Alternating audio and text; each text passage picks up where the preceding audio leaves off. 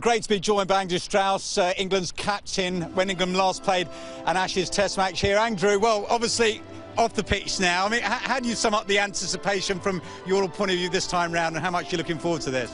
I just can't wait for it to get started. I mean, as you said, there is a huge amount of anticipation, a lot of expectation. The players will be feeling pretty nervous, I would have thought, tomorrow morning. And a lot of it's going to be about how they control those emotions. The first day, the first hour or so is going to be really important. So they know that this evening. They'll be thinking hard about how they're going to deal with it. But actually then they have to go out and do it tomorrow morning. So it's going to be a big first hour. Everyone's going to be very excited to see what happens. What's the Ashes banter like for players? I mean, I guess you don't want to get too involved in it, but it flies around all the time. What's it like for players when there's stuff in the papers? And we've got Twitter now, of course, but do they take much notice of everything around the periphery?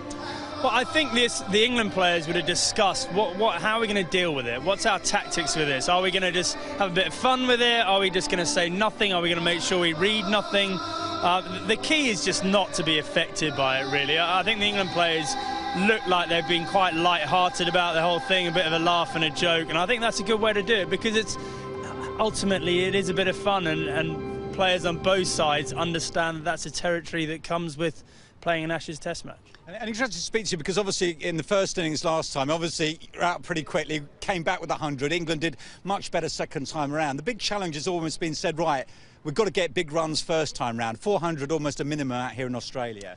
Yeah, definitely on this wicket as well. First morning it's going to do a bit, but after that it's going to be a belter to bat on. So if you get 400, you're in control of the game. If you get bowled out for 250 odd, which I think we did last time, then the opposition's got a real opportunity to get ahead of you and put you under pressure. I mean, England haven't been very good at starting Test series away from home. So there's a big opportunity to put that sort of jinx to bed and grab this series by the scruff of the neck. Well, and this is the Gabbatoir, they call it. It's such a fortress for Australia. Well, why is it that they do so well here, do you think?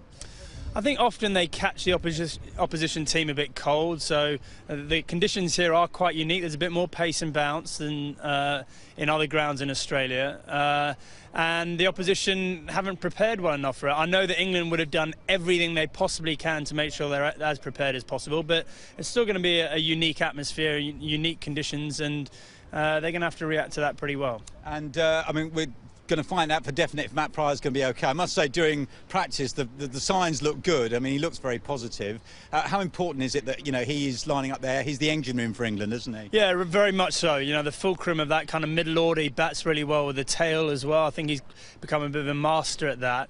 And then all the work he does in the field, geeing everyone up, keeping people going when it's hot and difficult.